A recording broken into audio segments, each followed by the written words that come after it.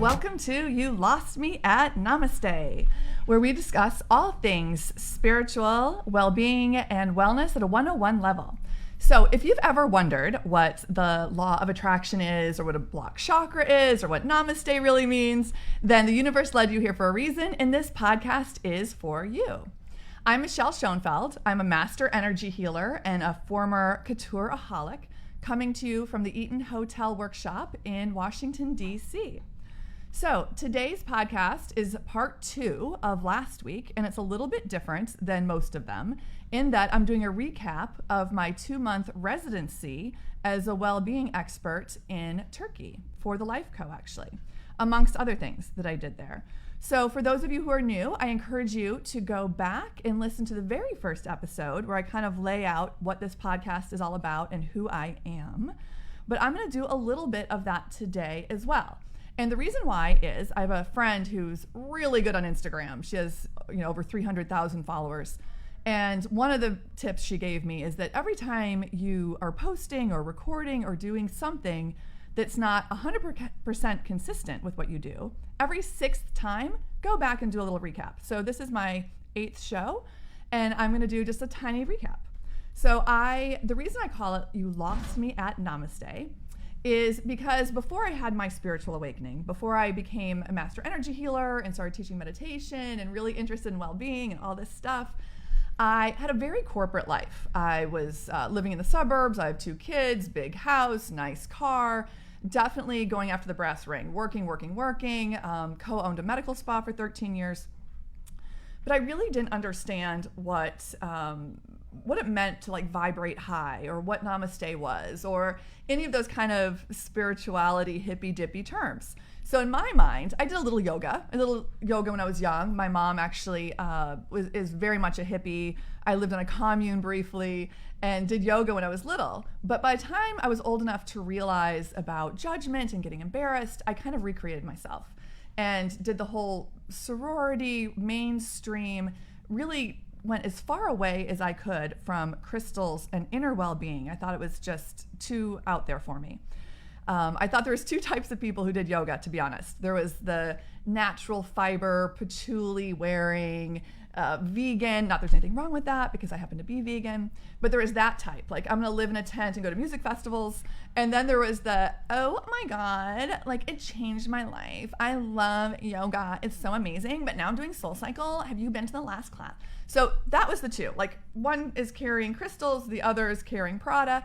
I didn't really fit in to either one of those groups. Then I had my kind of awakening. And like a lot of healers, it came from trauma and an extreme illness. I had some traumatic things happen in my life, then got stage 3 cancer, and that really changed my life. It led me to this road of well-being, self-healing, learning about the mind-body connection and our ability to heal, because we all have the ability to heal ourselves. And what else is out there? So I started doing research, I started reading, I started taking classes, I started going to workshops, and everything that resonated with me, I just learned more about it, and I loved it. So now I am a master energy healer, and I teach this kind of thing, and that leads me back to my residency in Turkey. So I took a little bit of a hiatus from Washington and went to Bodrum, Turkey, and worked for the LifeCo Wellbeing Center, which is an amazing detox center. And detox in Europe is really about detoxing our body from heavy metals, from everyday things we put into our body that aren't good for us. It really has nothing to do with rehab. It's all about cleaning up our bodies inside and out, taking care of our minds, taking care of everything that has to do with well-being. So while I was there, I had a really great opportunity to meet some pretty cool celebrities. I'll talk about that in a few minutes. Kate Moss, Sadie, just to mention a couple. I was in the newspaper, which was a lot of fun, and just really, really enjoyed my time living my purpose, adding value to people's lives, and really kind of trusting that I was on the right path. So, but I'm going to backtrack a little bit and just say that part of the reason I'm also doing today recap, and I don't have a guest. Usually I'll have a guest on the show, somebody who's an expert in whether it's chakras. And by the way, chakras are just energy meridians. We all have them. It's basically like what acupuncture is based on, is energy meridians. And we know that it's valid. Mainstream medical insurance companies now are paying for people to get acupuncture because they, realize the value. And that's all chakras are, is they're energy meridians that reside in our body. So having a blocked chakra is something that we actually can work on to fix, to give our life, just make it happier and cleaner. So often here on this podcast, we'll talk about chakras or meditation or EFT or tapping or crystals. But today I want to talk about what led me to Turkey to begin with, because I do talk a lot about it. I really do feel like Turkey, especially the Aegean side of Turkey, which is the Mediterranean Aegean side, is going to be the new well-being mecca of the world. Kind of like what Costa Rica was 10 years ago, maybe what Phuket in Thailand has been the last several years. Bali, I really feel like Turkey is going to be this new destination for wellness and well-being. Never mind, it's beautiful, the sea is beautiful, the people are amazing, and the food is great, but there's something special in the water there. There's something special in the soil. And I want to talk a little bit about it. So 4 years ago, exactly this week, I embarked on my first trip to Turkey. And it was kind of my bucket list trip. I went with a very close girlfriend. She had never been there. Actually, she didn't want to go. She wanted to do Barcelona instead. But I convinced her that if we couldn't go to India, because it was August, that we had to go to Turkey. There was just something that was calling me there. I knew it had something to do with big love, and I knew I had to go. My grandfather had consulted to the Indian government and helped set up wildlife preserves, but he also talked about the magic and beauty of Turkey. So I wanted to see it for myself. So 4 years ago this week, we boarded a plane, landed in Istanbul, had no idea what to expect, just saw the beautiful and the Bosphorus and the smells and the topography. I had no idea. It was like mountains meeting the sea. And then the Bosphorus, and just how beautiful it was. You know, the Bosphorus I talked about last week a little bit. It's the body of water that connects the Maramar, which connects the Mediterranean, the sea, to the Black Sea. And it actually divides the two continents. So you can stand on the European continent, on the edge of the Bosphorus, and gaze across at Asia, at a totally different continent. And it's really pretty cool. So when we got there, we definitely had a life-changing experience. For me, the big love was all about finding self-love. And Turkey started me on my journey to find self-love, because that's what life is all about. If you can truly learn to love yourself, everything that goes with it, learn to forgive yourself, learn the things that make you not perfect, learn to embrace the things that you do like about yourself, just real, true, non-judgmental self-love, then everything else will be good. You can handle situations better in life. You are a better friend. You're a better person. It doesn't matter what's going on in the world around you, if you have financial stress or work stress or anything else, because if you truly have self-love, then none of those seem that important, and you can address them with a pretty clear view. You can be definitely more decisive in decision-making when you come from a place of self-love. So the trip to Turkey started my journey to finding true self-love, which gives me this energy that I love to share with people. And for my friend who is with me, who is a little bit younger than me, had never been married, single, and I don't want to say she was giving up on big love, but she was getting to the point where, is it going to happen for me? She was in her mid-30s, had some other, serious relationships, but just nothing that ever really resonated with her soul. So we actually called this trip, it was going to be our summer of big love. And the year before, when I was still going through cancer treatment, I couldn't even imagine traveling abroad yet. We used big love as a passcode for all of our travel plans. So here we walk into the Bosphorus, or into Istanbul, and not knowing that literally 48 to 72 hours after we landed, that she would meet the love of her life. She would meet her big love.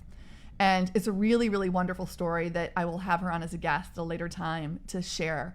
And I'll tell any of you out there who are wondering if it's going to happen, don't give up, because it's out there. It's out there for all of us. And once you start to learn to love yourself, the right person will be attracted to you. And if you're going through a bad breakup or you're sad right now, kind of that cliche meme on Instagram that we've probably all seen, it's like, if you can love the wrong person this much, imagine how much you can love the right person. And it's true. So hang in there.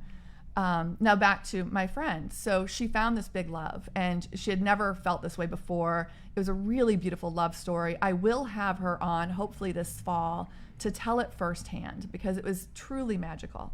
So that happened 4 years ago, this wonderful trip to Turkey.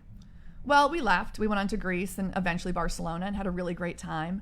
And actually, I went into Barcelona. She never joined me. She went back to go see if this love was real, which it is. I'm happy to say she's married now. And actually, it's not a secret. I can say this now. They're expecting their first child, which is very exciting. So I took her to Turkey, almost kicking and screaming. She didn't want to go. But she led me back to Turkey because a year and a half, 2 years later, I had the opportunity to go back and help her plan her wedding. And while I was there, it was in Bodrum, I fell in love with it. In fact, I was in a place called Gümüşlük, and I felt like it was home. I felt like I had lived there before. In fact, I'm convinced that in a previous life, I did live there. It's the sunken city of Mindos, which sunk in an earthquake, I believe around 3,000 years ago. It goes back to the story of Brutus and Cleopatra. There's amazing history that took place there. But this sunken castle wall is not protected, and it's only a couple feet below the water, the beautiful, salty Aegean, and you can walk on it. You can walk out on this castle wall to the castle, actually. And the first time I did that, I had this wave of energy. It was like an electric shock and visions of a life I had lived. And now this might be getting a little out there for some of you, but it was just the most amazing feeling. If you've ever been somewhere before that you've never been and you feel like, wow, this is really familiar, well, that's what I experienced. And I knew I had to come back. So, of course, I went back for her wedding a few months later. And then in the meantime, I was in the process of purging my life. So I also a lot of times talk about in this podcast, letting go. Stuff has energy, especially things made out of wood and metal. And I was going through this process where I had to kind of sell my house to move on. I was living there alone. It was time to let go, but also a lot of items in my life. So I was going through this process of purging, and it felt good because, you know, we need to get rid of the old to make room for the new, right? When you get rid of old energy and let go of things, it makes a really beautiful space for bringing in new energy and new love and new adventures, really. So this is the process that I did. And while I was doing it, I ended up at a really pretty but small apartment, a condo in Northwest DC, the Shaw neighborhood. And I'm on the top floor, so I will say I really love it. I have beautiful floor-to-ceiling windows that overlook the city. But it was very different from my suburban life in the woods with deer and fox. And I didn't really have any outdoor space in this condo, but I have a beautiful roof. So whenever I started feeling anxious, like what am I doing with my life? What's going on? There's a lot of change at once. I go up to the roof and meditate. I'm a big believer in meditation. I teach meditation. It's definitely one of the best ways to clear negative energy and rejuvenate yourself. I have podcasts on that. Go back to the archives and search if you're interested. Or DM me. I can send you the links.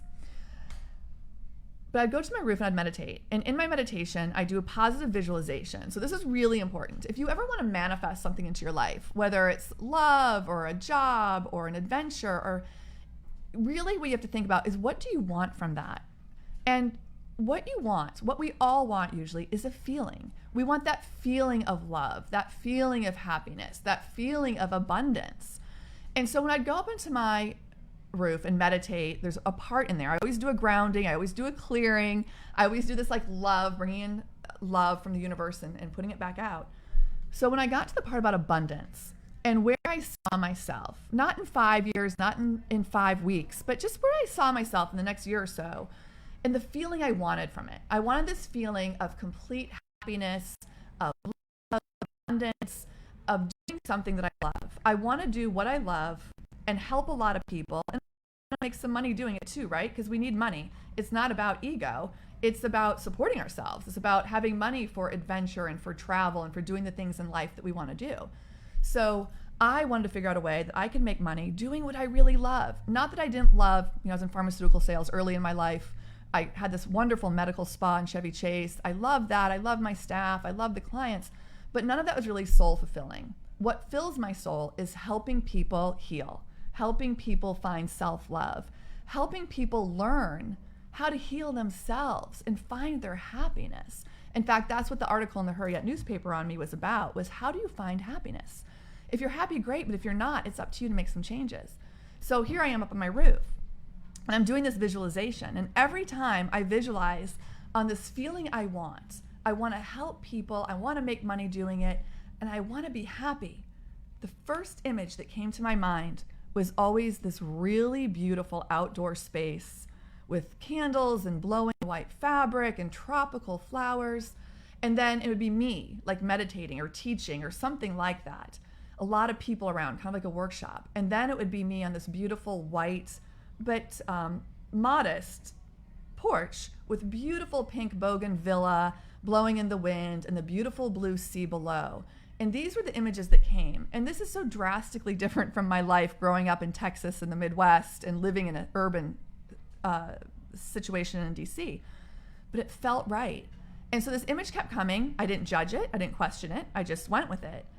And then one day it came, you have to go back to Turkey and you have to go back in July. And I was like, okay, I blew it off. Like, I don't have the money necessarily. I don't have the time. How am I going back to Turkey? There's no reason. You know, I went for my friend before. I went for a wedding. I went for a holiday. There's no reason for me to go back to Turkey. Well, you know, a couple days later, the same message came. And we can't ask the universe. We can't ask God or a higher self, whatever you're comfortable with, right? We can't ask for a message on what to do next when we're confused and then not follow it. So I was like, okay, this seems crazy. It was May, maybe the beginning of June at this point. I was like, but I have to go to Turkey. So exactly a year ago yesterday, so a year ago this week, I went back to Turkey and I interviewed. I put myself out there at some really amazing well-being centers. I did 6 Senses. I did Karplankia. I did, of course, the LifeCo. And I had 3 interviews, walked away with 3 job offers. And the one I chose was the LifeCo, this amazing #1 in the world well-being center that I'd actually never even heard of. I did some research. I saw, oh, Kate Moss goes there, and a lot of other celebrities go there. In fact, when I was there this winter, some of the people who did Bohemian Rhapsody were there. Like, it's a very cool place, but it's not something we really know about here in the United States. So I interviewed, and a year ago, yesterday, they offered me a position, and I taught my first class there on August 8th, 2018. And, you know, I'm a little bit of a numerologist, so I love that 888 in those numbers, the infinity, and this like really trusting that this was the direction I needed to follow. So it didn't come with a big title. It didn't come with a lot of money, but it felt good. It resonated. I felt like I was adding value. So fast forward, I went back and taught a retreat over the winter called Heal Your Life. And then I went back and did a 2-month residency just this last May and June, and I just returned. So that is a very long story for my recap on my trip to Turkey. And I know I gave that little teaser there about Kate Moss, and I did. I had Kate Moss was a client there with her friend Sadie Frost. I'm sure some of you have heard the name or not. She's married to Jude Law, but she's way cooler. That's actually the least interesting thing about her. She was the more famous one. And their friend Rosemary Ferguson. So I'm name dropping because they're my very best friends now, my new best friends. But also because even though I'm not on their radar and they're on mine, they publicly speak about this. Sadie is amazing. She has a yoga line and Pilates wear that I encourage you to check out. It's Frost London. And Rosemary Ferguson has a wonderful site. I follow her on Instagram that has to do with diet and healthy eating and is just a very, very cool woman. So Kate, I had the opportunity to work with her 3 of the 10 days that she was there. And I found her to be incredibly humble, approachable, and real. And the reason I am bringing her up in this, because of course it's very cool to me. We're, you know, about the same age. And so I grew up watching her life from afar, is that when it comes down to it, we're all the same. And that doesn't mean that, like, you know, I haven't been on 100 glossy magazine covers, and most of us have never experienced that kind of fame or lifestyle. But when it comes down to basic human needs and wants, we're all the same. The conversations I had with her were about love, were about her life, her friendships, about her daughter. She has a badass 16-year-old daughter. And some of the issues that she has with her are the exact same issues I've had with my daughter. And they're real. They're real issues. And a lot of them have to do with outward-facing situations, social media, appearance, and just mother-daughter dynamics. And it was really very interesting to see. And Sadie as well, you know, her children are pretty amazing, and the relationship she has with them. The majority of conversations we had were about how do we communicate? How do we communicate with our children? But also love in our life. You know, Kate did talk a little bit about her boyfriend and was incredibly humble and real about it. And, you know, Sadie as well. And it's fun, like I said, it's fun to name drop, but it's also really cool to see these people that have what seems like from the outside, everything going for them. And in a lot of ways they do, of course. But it doesn't matter when it comes down to love, self-love, and happiness. And it's up to all of us. It's up to all of us to find it. And it's out there. And it was really beautiful to watch how far they've all come in their life. And coincidentally, while we were there, one of the magazines, you know, the glossy magazines out of the UK, had a big, huge picture on the cover of Kate in the Johnny Depp years. And it was talking about the it couple of the 90s and all the turmoil that they experienced. And I thought, gosh, what would it be like, you know, to constantly try to heal your life and move on and do the right thing, and then have the media constantly throw back in your face times in your life that maybe you loved and maybe you didn't, right? Like that maybe should be private. And how grateful I am that the majority of my life is pretty private and not being thrown back in my face. But also thinking about for these teenagers and for kids growing up, how different it is out there when nothing you really do is private anymore. And nothing that you do it is coming from a place of authentic vibration when it comes to social media. So the reason I'm bringing that up is coming full circle back to meditation and healing and how important it is to really take time to focus on what makes you happy and not worry about what anybody else thinks about you, not worry about any judgments that are out there from family, from friends, from previous expectations that maybe you put on yourself or expectations that were put on you from anybody in your life, and really focus on what makes you happy, what makes you tick, what makes you feel alive. So I could talk about this all day, but I do have limited time and I don't want anybody out there to be bored. So I just want to cover a couple more things. And one is on every episode here, I do a question section. So I would love to answer your questions. Email me at Michelle, and that's with 2 L's. So Michelle at michelleschoenfeld.com. Again, Michelle at michelleschoenfeld.com, or DM me. I'm on Instagram at Michelle Schoenfeld Official. Send me your questions. It can be anything: relationships, spiritual, chakras, meditation, diet, anything you want, and I will answer them online or answer them on the podcast. And then I also do a mantra. So the mantras are something that I ask that you repeat to yourself several times in a row, several times a day for the next week. And they're designed to just kind of help you feel good and rewire your mind to a place of positivity and eagerness and optimism. One of my favorites that we've done from the past is I deeply and completely love and accept myself. So if you're new to my podcast, I'm going to ask you to start with that one, or maybe have 2 this week. So I deeply and completely love and accept myself. And you say it a few times in a row in the mirror, when you're brushing your teeth, when you're driving to work, several times every single day. So anyway, the mantra for this week is, I am ready to create powerful change. I am ready to create powerful change. I am ready to create powerful change. And the idea behind this is that you can do anything you want in your life. You're not too old. You're not too young. Don't worry if you're experienced enough or not. If there's something that you want to do, if you need to make a change to find that true happiness, to find that purpose, to find what makes you tick, whatever it is, you can do it. So you have to tell yourself that you're ready. You can let go of the past, let go of those limiting beliefs. Don't ever even focus on it or think about it.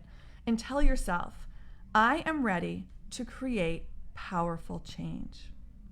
So that's going to be it for today. And I'm just going to say namaste to you all. And namaste, I should have covered in the beginning. Namaste just means that the soul in me bows to the soul in you, or the soul in me honors you. It's a really nice salutation. So that's a wrap for this episode of You Lost Me at Namaste. I hope you guys all have a great week, and I will see you next time.